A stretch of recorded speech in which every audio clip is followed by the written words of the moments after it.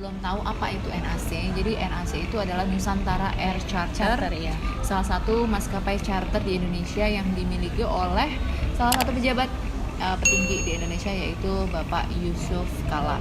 Ya, Mbak Runi berarti otomatis bekerja di perusahaan beliau. Iya betul.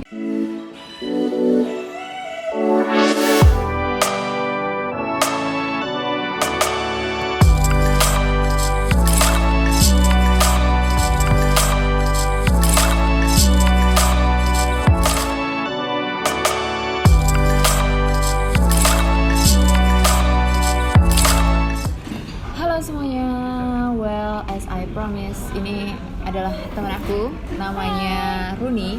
Jadi Runi ini adalah former FA dari Lion Air dan juga NAC. Nah, kita bakalan cari tahu lebih lanjut nih tentang karir di regular dan charter flight. Jadi kalau yang Lion kan itu regular flight, kalau yang NAC itu adalah charter flight. Betul. Kenalan dulu ya. Berarti nama saya Hairuni Fitri Lubis. Saya lahir di Jakarta tapi aslinya orang Medan. Memulai karir sebagai pramugari itu tahun 2007 di maskapai Lion Air. Sebelumnya saya sempat juga jadi kasasi atau ground staff ya. Kalau pernah ke bandara lihat tuh yang ngasih tiket. Nah, itu atau yang booking tiket. Nah, itu juga bisa. Nah, itu 2 tahun sebelum di pramugari. Jadi dari 2004 sampai 2006 akhir lah. Terus 2007 masuk di pramugari sampai 2010 akhir. 2011 awal bulan Maret saya masuk di Nusantara Air Charter atau NAC sampai 2019 kemarin. 2 tahun staff, terus 4 tahun, Iya. 4,5 tahun di Lion, dan Betul. 9 tahun di NAC. Betul. Saat itu tesnya Lion tahapannya apa aja yang dijalanin? Tesnya waktu pertama itu biasa ya, performance, tinggi, berat badan, terus habis itu tes lagi bahasa Inggris, habis itu tes psikologi, habis itu baru ketemu sama direksi, baru deh. Kalau udah selesai ketemu direksi kita training tuh, selama 3 bulan. Iya, 3 bulan. Sekarang 2,5 ya? Apa 2 Oh ya? bulan? Kayaknya lebih. Dulu 3 bulan sih, pada 3 saat bulan, 2007 tuh 3 bulan. Setelah 4 tahun terbang di regular, waktu itu mungkin ceritain suka dukanya dulu deh. Kita ngobrolin regular dulu. Sukanya banyak temen di berbagai daerah, terus banyak tempat di berbagai daerah juga yang bisa dikunjungin, terus tahu kayak makanan spesialnya, terus tahu oleh-olehnya. Seneng lah nginep di hotel ya kan, nginep di hotel, Bisa terus ke digaji tempat lagi. wisata, iya. Kalau dukanya nggak punya waktu banyak buat keluarga, buat teman, buat diri sendiri juga gitu. Jadi kalau libur tuh paling tidur. Jadi dulu 61 ya kita Kalau kerja ya? dulu tuh 6 hari kita kerja 6 hari kerja, 1 hari libur, dan kadang hari terakhir aja tuh pulangnya malam. Jadi mungkin yang belum tahu apa itu NAC. Jadi NAC itu adalah Nusantara Air Charter, Ya. salah satu maskapai charter di Indonesia yang dimiliki oleh salah satu pejabat petinggi di Indonesia, yaitu Bapak Yusuf Kala. Ya, Mbak Runi berarti otomatis bekerja di perusahaan beliau. Iya betul. Jadi kenapa tiba-tiba pengen pindah ke charter, dan waktu itu dengar dari mana sih lowongan charter itu? Kalau pengen pindah ke charternya sih sebenarnya nggak pernah terbayangkan ya. Cuman waktu itu sempat ada dulu airlines yang baru buka namanya Pacific Royal. Nah, tapi saya terjebak karena itu kayaknya nggak jadi buka. Nah, terus dari situ ada pengajarnya info saya kalau ada butuh lowongan di Nusantara Air Charter ini gitu. Jadi saya coba. Ternyata mereka lagi butuh 3 orang. Masuklah saya gitu. 3-tiganya yang anak-anak dari Pacific Royal itu? 2 yang dari Pacific Royal. Berarti Saya sebenarnya dari masuk. Lion itu kamu ke Pacific Royal dulu ya? Pacific Royal ternyata pas udah training nggak jadi buka. Ya, tapi trainingnya tuh kayak inisial lagi gitu loh. Nggak jadi buka, terus baru ke charter. Iya. Oke. Terus syaratnya beda nggak dengan regular? Apa sama? Kurang lebih sama, tapi kalau misalnya di charter itu biasanya mereka lebih menerima yang sudah berpengalaman sih, karena jadi kan butuh cepet biasanya ya untuk mereplace yang keluar gitu. tapi secara syarat-syaratnya itu hampir mirip ya, tinggi, berat, Iya, sama. proporsional, bahasa Inggris itu. Terus tahapan tesnya juga sama. Tahapan tesnya mungkin ada plus yang terakhir ya, ketemu lagi sama ownernya setelah sama direksi.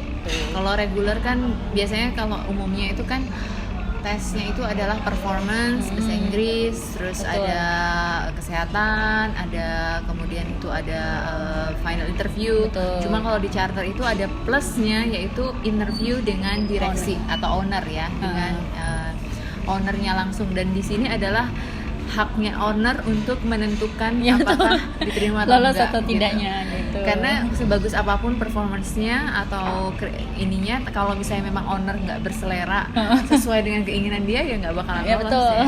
itu betul. Ditanya apa sih waktu tes sama owner? Kebetulan waktu saya itu ketemunya sama anaknya bapak ya, jadi tanyanya standar-standar aja sih sebenarnya. Cuman mereka tuh biasanya lebih banyak lihat aja gitu. Jadi mereka tuh kebanyakan kayak lihat gitu, attitude Screening gitu. aja ya. Jadi kayak screening gitu. Menurut mereka tuh cocok nggak nih gitu. Biasanya sih gitu. Nggak banyak nanya sih emang jujur. Oh, oke, banyak perkenalan diri. Perkenalan gitu-gitu diri, aja ya. terus tadi udah ditanya apa aja sama direksi gitu. Nah, enakan mana nih waktu terbang reguler atau charter? Charter sih. Charter ya. Beda-beda sih enaknya. Beda-beda sih enaknya. Kalau reguler tuh kemana-mana kan, maksudnya beda-beda tiap hari gitu. Kalau di sini kan maksudnya kalau misalnya lagi di charter ke sini udah ke situ terus gitu. Cuman kan enaknya sering ketemu sama pejabat-pejabat gitu kan, sama menteri-menteri gitu. Jadi kayak bahagia gitu Lebih ini ketemu ya. sama orang penting. Berarti plusnya di charter tuh lebih banyak ya, fasilitas yang didapat. Mungkin inilah apa perbedaannya antara reguler sama charter ya, yang signifikan tuh Fasilitas apa, sih, fasilitas ya.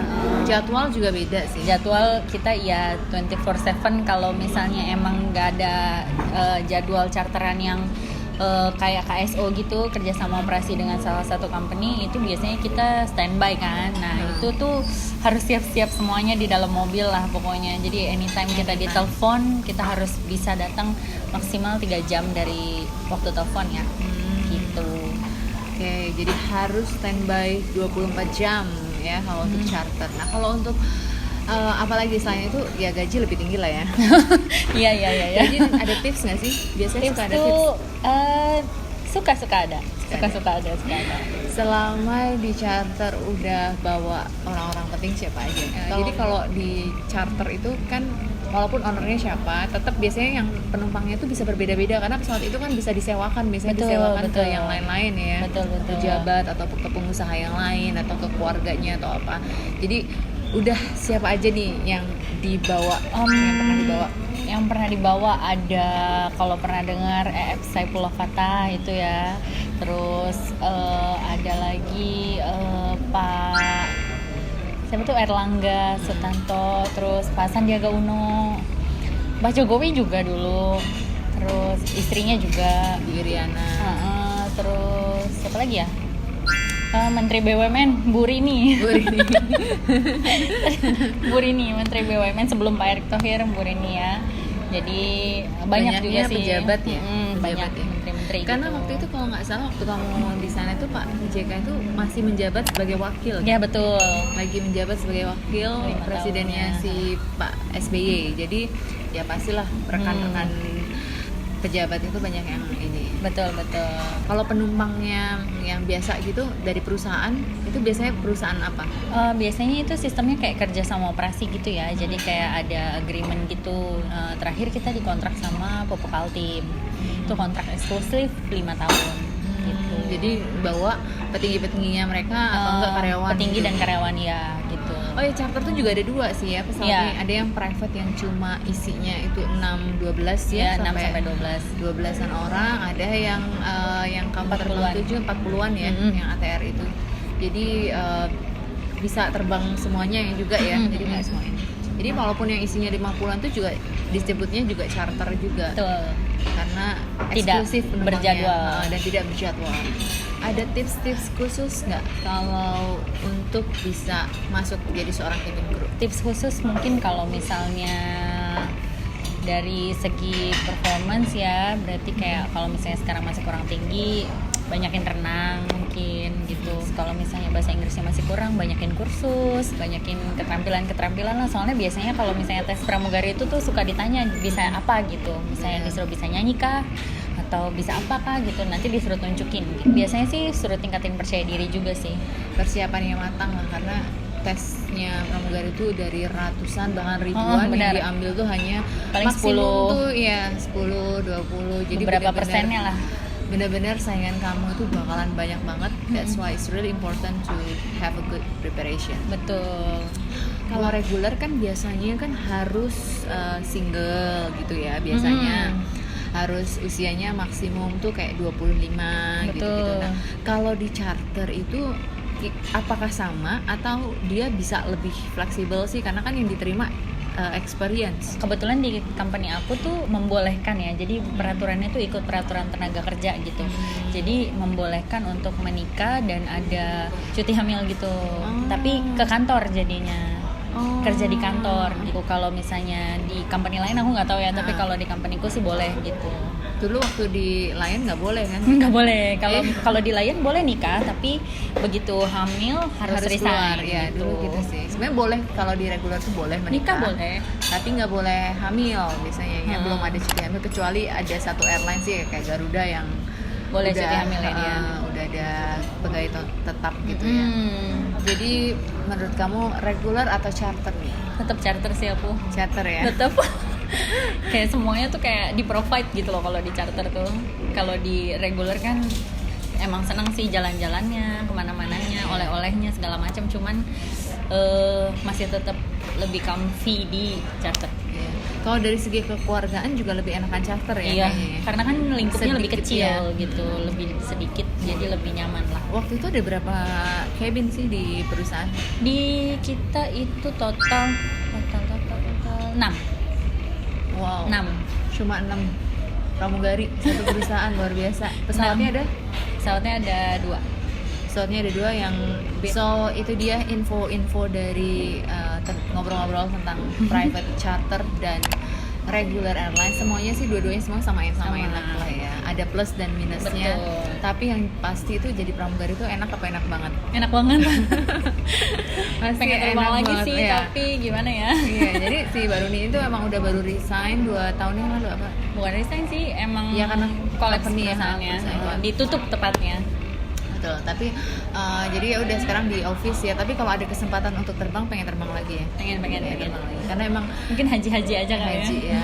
Amin. Kita doakan tahun depan semoga ya, tercapai. mungkin, Ya. gitu. Benar, karena emang pekerjaan pramugari itu pokoknya enak banget deh. Nggak bisa nggak ngebosenin ya. Situasinya itu selalu berubah-berubah. Terus kekeluargaannya itu kental. Walaupun jarang terbang gitu, misalnya jarang ketemu dalam satu penerbangan, tapi sekali terbang tuh kayaknya udah terikat gitu ya. Benar-benar secara bondingnya tuh udah dapet gitu secara. Masalah itu selesai kalau udah tutup pintu atau buka pintu udah keluar gitu ya. Iya, benar. Stay di situ. Mungkin ada pesan-pesan khusus? Buat yang mau jadi pramugari, coba kalau misalnya belum merasa belum capable atau kurang gitu ya, coba cari tempat yang bisa mengasah kemampuan kalian lebih baik lagi gitu. Kalau misalnya belum bisa bahasa Inggris, coba kursus lagi. Kalau misalnya belum bisa nggak terlalu tinggi, mungkin bisa olahraga renang atau bikin olahraga yang bikin tinggi tuh gitu. Terus kalau misalnya yang mau satu tempat gitu, ada kan untuk kayak pelatihan pramugari gitu, itu juga udah oke banget. Jadi persiapan diri sebelum ngelamar jadi pramugari itu penting sih. Yes, itu dia. Nah pas ngelamar harus percaya diri juga gitu. Ya. Okay, so thank you so much for today, for listening, and sukses selalu. Bye. Assalamualaikum. Assalamualaikum.